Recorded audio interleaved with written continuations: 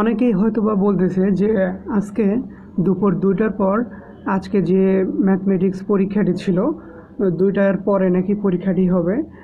আসলে এই তথ্যটি ভুল একটি তথ্য, এটি গুজব ছড়ানো হচ্ছে। পরীক্ষা ঢাকা বোর্ডের এডুকেশন বোর্ড থেকে আমি যে নোটিশটা পেলাম, নোটিশটা আপনারা দেখুন। এখানে লেখা আছে জিএসসি পরীক্ষা 2019 এর 9/11/2019 তারিখের পরীক্ষার সময়সূচি পরিবর্তন প্রসঙ্গে একটা নোটিশ দিছে। তারপর নিচে লেখা আছে উপযুক্ত বিষয় জানানো যাচ্ছে ঘূর্ণিঝড়ের কারণে আগামী 09 নভেম্বর 2019 শনিবার অনুষ্ঠিতব্য জিএসসি পরীক্ষা স্থগিত করা হলো। পরীক্ষার সূচি নিচে উপস্থাপন করা হলো। এখানে পূর্বের নির্ধারিত সময়সূচি দেওয়া আছে 9/11/2019 শনিবার সকাল 10টা।